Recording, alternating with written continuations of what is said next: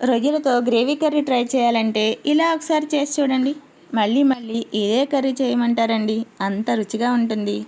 మసాలాని రొయ్యలకి బాగా పట్టే సీక్రెట్ మెథడ్ కూడా ఈ వీడియోలో చూపిస్తా.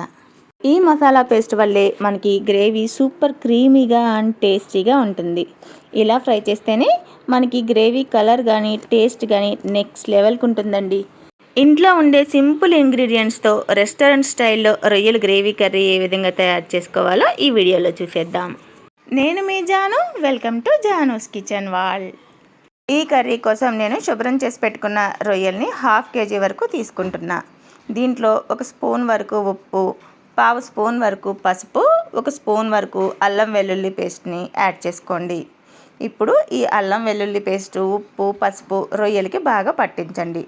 రొయ్యలు అనేది నీచు వాసన రాకుండా ఉండాలి అంటే మనం శుభ్రం చేసుకునేటప్పుడు ఉప్పు నిమ్మరసం వేసి క్లీన్ చేసుకున్నామంటే రొయ్యలు అనేది నీచు వాసన రాకుండా ఉంటాయి.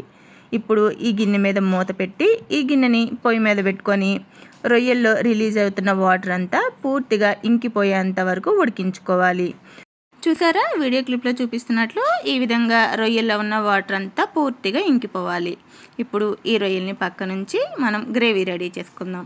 గ్రేవీ కోసం స్టవ్ వెలిగించుకొని ప్యాన్ పై మీద పెట్టి 1 టీ స్పూన్ వరకు ఆయిల్ వేసుకోండి.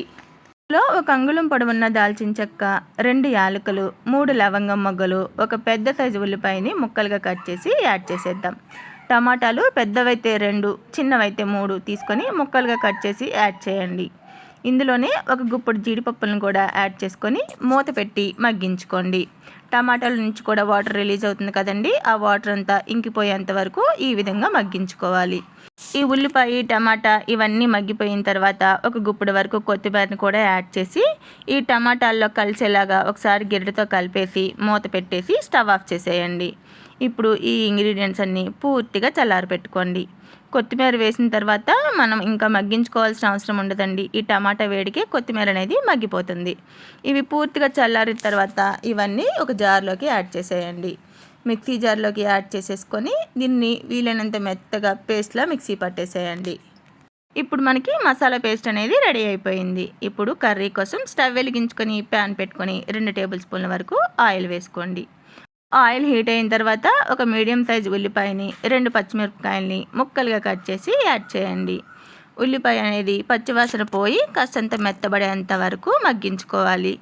ఉల్లిపాయ మగ్గుతూ ఉన్నప్పుడే ఇందులో 1 రెమ్మ వరకు కరివేపాకును కూడా యాడ్ చేసుకొని మగ్గించుకోండి.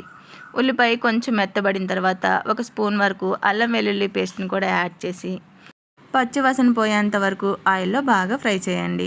ఇలా ఫ్రై చేసిన తర్వాత మనం ముందుగా రెడీ చేసి పెట్టుకున్న ఈ మసాలా పేస్ట్ని కూడా యాడ్ చేసేసుకొని గెరిటితో ఒకసారి కలుపుకొని 2-3 నిమిషాల పాటు ఉడికించండి. గ్రేవీ ఉడకడం స్టార్ట్ అయిన తర్వాత 2 స్పూన్ల వరకు ఉప్పు, 2 స్పూన్ల వరకు కారం, 1/2 స్పూన్ వరకు పసుపుని యాడ్ చేసి ఇవన్నీ గ్రేవీలో కలిసేలాగా గెరిటితో కలుపుకొని ఆయిల్ సపరేట్ అయ్యేంత వరకు మగ్గించుకోవాలి. గ్రేవీ నుంచి ఆయిల్ రిలీజ్ అవుతూ ఉన్న టైంలో మనం ముందుగా ఉడికించి పెట్టుకున్న రొయ్యల్ని యాడ్ చేసుకోవాలి.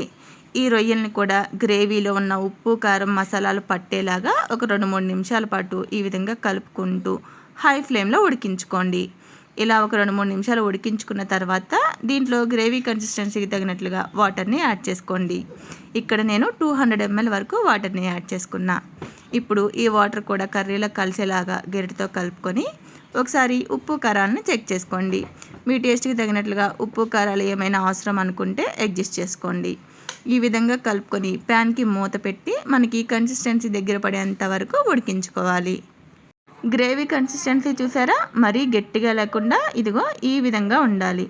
ఇలా ఉంటే అది కొంచెం ఆరిన తర్వాత మనకి గ్రేవీ అనేది ఇంకాస్త చిక్కబడుతుంది. ఇప్పుడు 1 టేబుల్ స్పూన్ వరకు గరం మసాలాను కూడా యాడ్ చేసి ఈ మసాలా కర్రీలో కలిసేలాగా గరిటెతో కలుపుకొని ఇంకొక నిమిషం పాటు ఉడికించుకోండి. చివరిగా కొద్దిగా కొత్తిమీరను కూడా యాడ్ చేసుకుని స్టవ్ ఆఫ్ చేసుకున్నారంటే క్రీమీ టెక్చర్తో థిక్ గ్రేవీతో సూపర్ టేస్టీగా ఉండే ప్రాన్స్ మసాలా కర్రీ అనేది రెడీ అయిపోయినట్లే. రెసిపీ నచ్చితే ఓ చిన్న లైక్ ఇచ్చి అదే చేత్తో హైప్ కూడా చేసేయండి. ఇలాంటి మరిన్ని వీడియోస్ కోసం జానూస్ కిచెన్ వాళ్ళ ఛానల్ని సబ్స్క్రైబ్ చేసుకోండి. Thank you for watching.